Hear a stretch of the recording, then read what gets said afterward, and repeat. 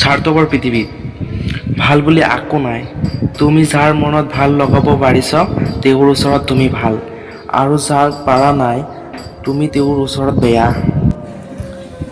স্বাৰ্থপৰ মানুহবোৰে কি বুজিব এটা সম্পৰ্কৰ মূল্য কিমান, কাৰণ তেওঁলোকেতো স্বাৰ্থপৰৰ বাবেহে আপোন হোৱাৰ অভিনয় কৰে। স্বাৰ্থপৰ মানুহৰ লগত কেতিয়াও সম্পৰ্ক নাৰাখিবা, কাৰণ স্বাৰ্থপৰ মানুহে সম্পৰ্কৰ মূল্য বুজি নাপায়। তেওঁলোকে কেৱল নিজৰ স্বাৰ্থৰ বাবেহে ভাবে।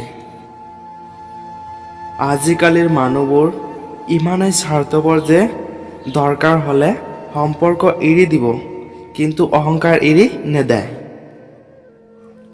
স্বাৰ্থপৰ মানুহ আৰু মিছা সম্পৰ্ক এটাত থকাতকৈ অকলে থকা ভাল।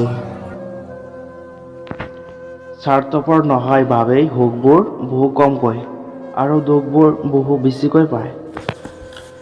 স্বাৰ্থপৰ মানুহ কেতিয়াও আপোন নহয়, কাৰণ স্বাৰ্থ শব্দটোৰ পিছত পৰ থাকে। স্বাৰ্থপৰ মানুহে বুজি নাপায় যে সম্পৰ্কটো কি। সুখত থকা মানুহে নুবুজে কষ্ট কি, সপোন দেখা মানুহে নুবুজে বাস্তৱ কি, আৰু স্বাৰ্থপৰ মানুহে নুবুজে সম্পৰ্ক কি। এই পৃথিৱীত মা দেউতাৰ বাহিৰে সকলোৱে স্বাৰ্থপৰ।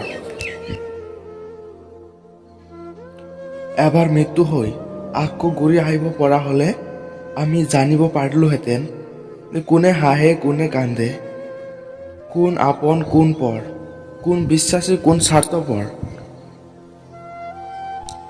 এয়াই বাস্তৱ।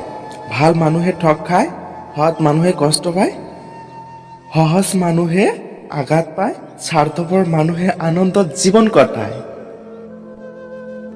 যিয়ে তোমাক বিশ্বাস কৰে তাক কেতিয়াও ঠগ নিদিবা।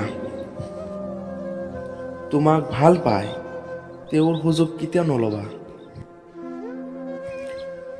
যিজনক তোমাৰ ভৱিষ্যতে প্ৰয়োজন হ'ব তেওঁক ব্যস্ততা কেতিয়াও নেদেখাবা। যিজনে তোমাৰ ওপৰত ভৰসা নকৰে তেওঁৰ বিপদৰ সময়ত কেতিয়াও এৰি নিদিবা। সেইজনৰ বাবে কেতিয়াও দুখ নকৰিবা যিয়ে তোমাক বুজি পায়,